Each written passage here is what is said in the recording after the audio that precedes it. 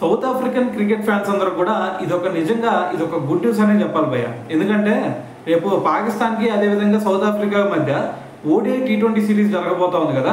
అయితే మరి దీనికి సంబంధించి already south African team management వాళ్ళ స్క్వాడ్ని కూడా అనౌన్స్ చేసింది. మరి ఈ స్క్వాడ్లో చూసుకుంటే ఒక స్టార్ ప్లేయర్ రాబోతా ఉన్నాడు.